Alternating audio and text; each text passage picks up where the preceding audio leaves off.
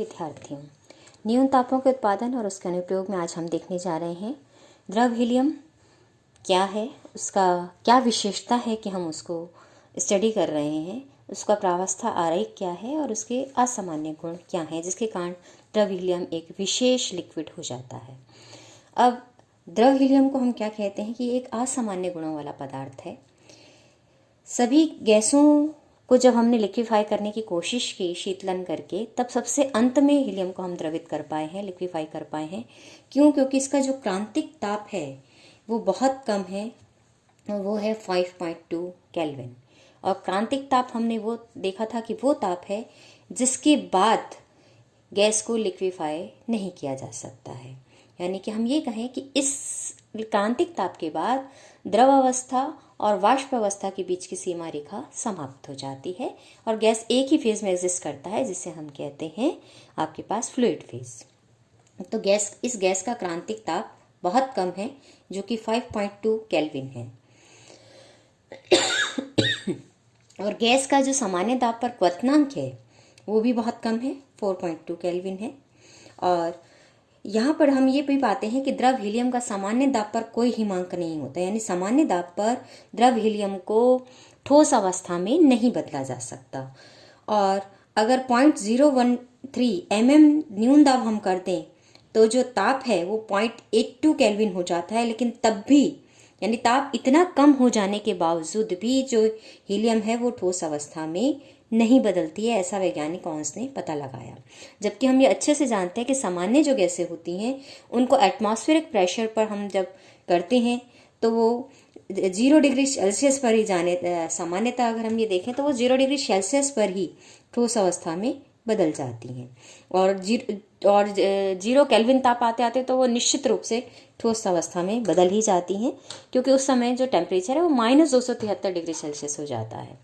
लेकिन द्रव हीलियम ऐसी है जो कि 0.82 केल्विन पर, यहाँ हम ये बात ध्यान रखें कि हम सेल्सियस की बात नहीं कर रहे हैं, हम केल्विन पैमाने की बात कर रहे हैं। 0.82 केल्विन, इतना न्यून ताप पर भी ये ठोस अवस्था में सामान्य दाबों पर नहीं बदलती है। लेकिन जब हम दाब बढ़ाते हैं, जैसे बहुत उच्च दाब कर दिया हमने, 23 एटमॉस्फेयर प्रेशर कर देते हैं, तब जाके हीलियम 1.1 केल्विन पर ठोस अवस्था में बदलती है। यानी कि तब भी इतने न्यून ताप पर जाके यह ठोस अवस्था में बदलती है। और एटमॉस्फेयर प्रेशर बहुत अधिक हाई कर दिए जाएं, 150 से 259 एटमॉस्फेयर के बीच कर दें, तो ये हीलियम का जो है हिमांक है वो थोड़ा सा हम बढ़ा पाते हैं और वो हो जाता है 4.2 केल्विन। और ये 4.2 केल्विन पर ठोस अवस्था में बदलती है, यानी थोड़ा सा ही बढ़ा है।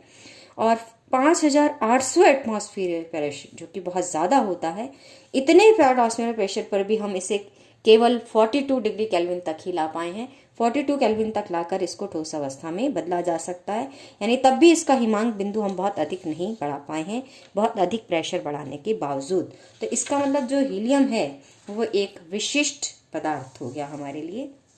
अब यहाँ पर द्रव हीलियम की जब हम बात करते हैं तो द्रव हीलियम कैसा पदार्थ है?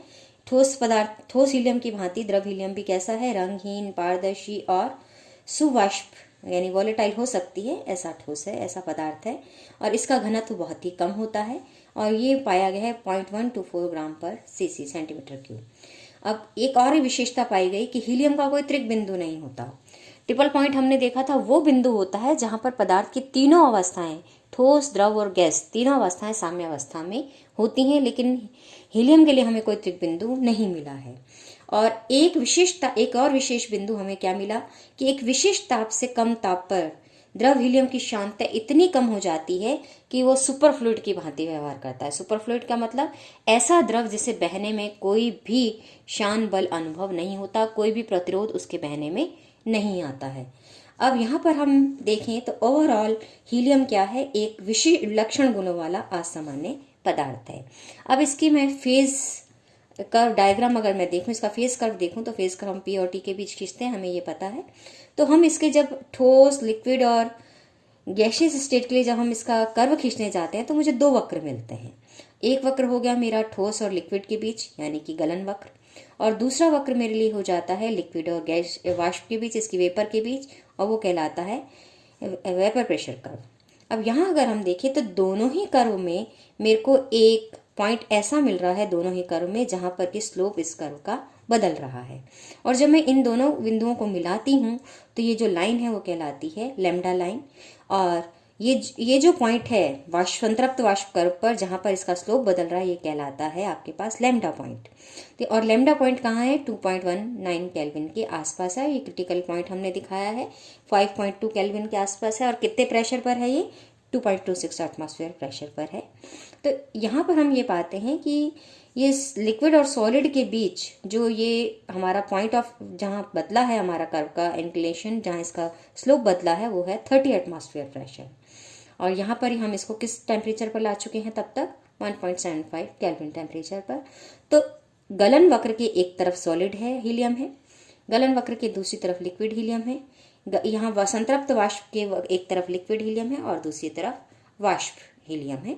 अब यहाँ हम देखते हैं कि जब हम लैम्डा पॉइंट को इस ई यानी इस ई लाइन को यानी लैम्डा लाइन की अगर मैं बिहेवियर की बात देखूं तो लैम्डा लाइन क्या कर रहा है? लिक्विड हीलियम को दो भागों में बांट रहा है। एक लिक्विड हीलियम फर्स्ट कहलाता है, दूसरा कहलाता है लिक्विड हीलियम सेकंड। अब खासियत क्या है यहाँ पे कि लिक्विड हीलियम तो फर्स्ट तो सामान्य द्रवों की भांति व्यवहार करता है, लेकिन लिक्विड हीलियम सेकंड का व्यवहार असामान्य हो जाता है। अब इसके असामान्य गुण क्या हैं उन्हीं का ही हम आज अध्ययन करेंगे। अब यहाँ हम देखते हैं, ये सब हम बता चुकी हूँ मैं आपको। अब हम ये चलते हैं और देखते हैं कि इनके विशिष्ट गुण क्या हैं।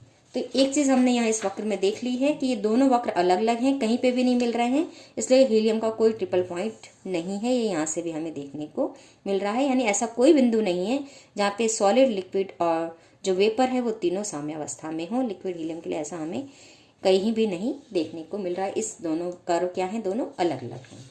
अब हम जो असामान्य गुण हैं हीलियम के वो क्या क्या हैं जिसकी वजह से ये विशेष हो जाता है, और वो है लिक्विड हीलियम 2 का व्यवहार, जो कि हमने देखा लैम्डा लाइन के बाईं ओर है। यहाँ हमने देखा ये जो लैम्डा लाइन है जो लिक्विड हीलियम को दो भागों में बांट रही है, उसके दोनों ओर जो हीलियम है, दाईं ओर जो है हीलियम फर्स्ट है जो कि सामान्य लिक्विड है, हीलियम 2 जो बाईं ओर है ये एक विशिष्ट द्रव की भांति व्यवहार करता है, इसकी प्रॉपर्टीज विशिष्ट हो जाती हैं। तो इन विशिष्ट प्रॉपर्टीज को हम देखने जा रहे हैं। तो सबसे पहला है घनत्व, और ये लैम्डा पॉइंट पर ही ये असामान्य बिहेवियर हमें देखने को मिलता है, क्योंकि लैम्डा पॉइंट और लैम्डा लाइन ही इनको क्या करती है? दो भागों में लिक्विड को बांटती है, हीलियम को। तो यहाँ हम पाते हैं कि सामान्य द्रवों की भांति जैसे जैसे हम आपके पास प्रेशर बढ़ा रहे हैं और टेम्परेचर कम करते हैं, तो लिक्विड का जो हीलियम है फर्स्ट का है वो आपके पास टेम्परेचर कम करने पर जो घनत्व है वो बढ़ रहा है। लेकिन लैम्डा पॉइंट के बाद हमें एकदम सडन से टेम्परेचर कम करने पर घनत्व में कमी दिखाई देती है, जो कि सामान्य लिक्विड से अलग बिहेवियर है। यानी घनत्व, इसका मतलब हम ये कह सकते हैं कि घनत्व कम होने का मतलब क्या है? आयतन में वृद्धि होगी, यानी ताप कम करने से आयतन में वृद्धि हो रही है, जो कि असामान्य व्यवहार है। अब दूसरी चीज़ हम देखते हैं कि आपके पास ये जो लिक्विड हीलियम है उसमें आपके पास अगर हम विशिष्ट ऊष्मा की बात करते हैं तो विशिष्ट ऊष्मा का हम बिहेवियर जब देखते हैं तो जो लिक्विड हीलियम 1 है उसमें जैसे जैसे हम ताप बढ़ाते हैं विशिष्ट ऊष्मा का मान कम होता है, लेकिन एकदम से सडन चेंज आता है लैम्डा पॉइंट पर, और लैम्डा पॉइंट पर ये असामान्य रूप से बहुत अधिक इनफाइनाइट की ओर अग्रसर होती है, और लैम्डा पॉइंट के बाद जो इसका विशिष्ट ऊष्मा है वो ताप कम करने के साथ क्या होती है? कम हो जाती है। यानी कि अपोजिट बिहेवियर है सामान्य लिक्विड के स्वाभाविक। अब यहाँ अगर हम देखें तो इस वक्र की आकृति जो है मुझे ग्रीक अक्षर लैम्डा की भांति दिखाई देती है, इसलिए इस 2.19 केल्विन जो टेम्परेचर है उसे हम लैम्डा पॉइंट भी कहते हैं। यानी लैम्डा पॉइंट नाम हम ये कह सकते हैं कि विशिष्ट ऊष्मा वक्र से ही आया हुआ होगा। अब हम यहाँ से देखते हैं और एक चीज़ हम और देखते हैं शांता का गुण। तो शांता का गुण सामान्य लिक्विड हीलियम 1 में मैं देखती हूँ तो जैसे जैसे टेम्परेचर बढ़ता है शांता में वृद्धि हो रही है। तो अब यहाँ पर जब हम देखते हैं कि जब लैम्डा पॉइंट के बाद शांता तेजी से कम हो गई है, और यानी यहाँ एक लिक्विड हीलियम में जैसे जैसे हम टेम्परेचर कम कर रहे हैं शांता तेजी से कम हो रही है और लगभग 0 की ओर अग्रसर हो रही है। तो इसका मतलब ये है कि शांता अगर बहुत कम हो रही है, इसका मतलब अगर हम इसको किसी नलियों में से बहाएं तो ये बिना किसी प्रतिरोध के सरलता से प्रवाहित हो जाएगी, इसीलिए हम इसे क्या कहते हैं? इस प्रॉपर्टी को देखते हुए हम कह सकते हैं कि ये लिक्विड हीलियम 2 सुपर फ्लूइड की तरह व्यवहार कर रही है। अब अगला गुण और हम देखने जाते हैं। तो अगला गुण मुझे क्या दिखते हैं इसके कि आपके पास जो ऊष्मा चालकता की जब मैं बात करती हूँ तो सामान्य ताप पर जो लिक्विड हीलियम फर्स्ट की जो ऊष्मा चालकता है वो 10⁻⁴ की कोटि की है, जो सामान्य गैसों की तरह है, सामान्य द्रवों की तरह है। लेकिन हीलियम 2 की जो ऊष्मा चालकता है वो असाधारण रूप से बहुत अधिक हो जाती है। ये तांबे की ऊष्मा चालकता से तो 800 गुना अधिक है, क्योंकि ठोसों में हम तांबे की चालकता को सबसे अधिक मानते हैं और ये उसकी 800 गुना है। और हीलियम फर्स्ट से तो ये लगभग 10⁶ गुना अधिक है, यानी यह लगभग कितनी है, 820 केल्विन प्रति सेंटीमीटर प्रति सेकंड प्रति डिग्री पाई गई है। अब हम एक और विशेषता इसकी क्या देखते हैं कि रोलिन फिल्म का निर्माण। अब रोलिन फिल्म क्या होती है कि यहाँ हमने दिखा रखा है, ये लिक्विड हीलियम का ही पात्र है पूरा, इसमें लिक्विड हीलियम ही भरी हुई है पूरे पात्र में भी, और इनके अंदर भी क्या भरी हुई है, लिक्विड हीलियम ही भरी हुई है सभी जगह। अब हम क्या बिहेवियर देखते हैं कि जब हम लिक्विड हीलियम से भरी हुई 3 परख नलियां मैंने ली हैं जिनके लेवल अलग अलग हैं। पहली स्थिति में जो है हीलियम का लेवल इस पात्र के लेवल से कम है, तो हम क्या पाते हैं कि जो हीलियम है वो इस पृष्ठ से होती हुई इसमें प्रवेश करती है, इस परख नली में, और तब तक प्रवेश करती है जब तक कि दोनों लेवल यानी पात्र के में हीलियम का लेवल और परख नली में लिक्विड हीलियम का लेवल बराबर नहीं हो जाता। दूसरे में हम देखते हैं कि परख नली में पात्र के जो हीलियम का स्तर है उससे अधिक स्तर है, तो ये परख नली की दीवार से होकर विसर्पित होता है लिक्विड हीलियम, और तब तक ही विसर्पित होता है जब तक कि दोनों के लेवल बराबर नहीं हो जाते हैं। परख नली में लिक्विड हीलियम का लेवल और पात्र में लिक्विड हीलियम का लेवल जब तक बराबर नहीं हो जाते तब तक आपके पास ये क्या होता है, पात्र में आती वापस परख नली से निकल के पात्र में आती रहती है। अब तीसरी अवस्था जब हमने कहा क्या है, परख नली का जो लेवल है इसमें डूबी हुई नहीं है। पहले दोनों स्थितियों में परख नली पात्र में डूबी हुई थी, लेकिन तीसरी स्थिति में हम ऐसे लिया कि परख नली में लिक्विड हीलियम है लेकिन वो पात्र की जो हीलियम का स्तर है उससे ऊपर परख नली हमने ली है। तो हम ये देखते हैं कि विसर्पित होकर ये पृष्ठ से परख नली पूरी की पूरी खाली हो जाती है थोड़े समय बाद, और इसलिए हम ये कहते हैं कि इसका मतलब यहाँ जो ये एक फिल्म की तरह यहाँ से विसर्पित हो रही है इस ठोस की परत दीवार पे से, ठोस की सतह से। तो ये जो फिल्म यहाँ बनती है हम ये मानते हैं कि इसका एक पतली सी फिल्म यहाँ ठोस की दीवार पे बनी है जिससे होकर ये हीलियम ऐसा व्यवहार हमें दिखा रही है, और ये फिल्म कहलाती है रोलिन फिल्म। तो अब यहाँ पर हम देखते हैं कि ये जो इसका मतलब ये जो रोलिन फिल्म प्रभाव है ये सामान्य द्रवों में हमें देखने को नहीं मिलता, और ये जो विसर्पण की दर है वो विसर्पण जो है तलों के अंतर पर निर्भर नहीं करता, वरन उस ठोस पृष्ठ पर जिस पर कि द्रव विसर्पित होता है उसके क्षेत्रफल और द्रव के तल पर निर्भर है। ये परख नली की प्रकृति के ठोस प्रकृति हमने परख नली किस पदार्थ के लिए है, किस ठोस के लिए है, उस पर निर्भर नहीं करता है, सिर्फ उसके क्षेत्रफल और द्रव के तल पर निर्भर करता है।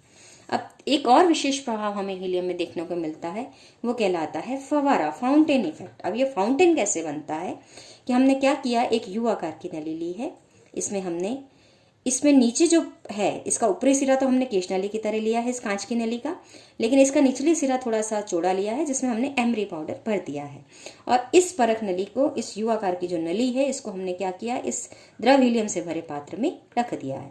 अब इस एमरी पाउडर पर हम क्या डालते हैं, प्रकाश डालते हैं। जैसे ही हम ये प्रकाश डालते हैं तो एमरी पाउडर, ये जो लिक्विड हीलियम की ऊष्मा है इस एमरी पाउडर से ऊष्मा ग्रहण करते हैं, और इस ऊष्मा के कारण हीलियम की ये जो नली है यू नली के दोनों सिरों पर क्या उत्पन्न हो जाता है, ऊपर और नीचे दबांतर उत्पन्न हो जाता है, और इस दबांतर के कारण आपके पास लिक्विड हीलियम इस परख नली में से चढ़ती है और चढ़ के एक फव्वारे की भांति बाहर इस केश नली में से निकलती है, और इस फव्वारे की ऊंचाई लगभग 30 सेंटीमीटर, इसकी जो ऊंचाई है बाहर निकलने की ये लगभग 30 सेंटीमीटर तक हो सकती है। ये किसी और द्रव में हमें देखने को नहीं मिलता है।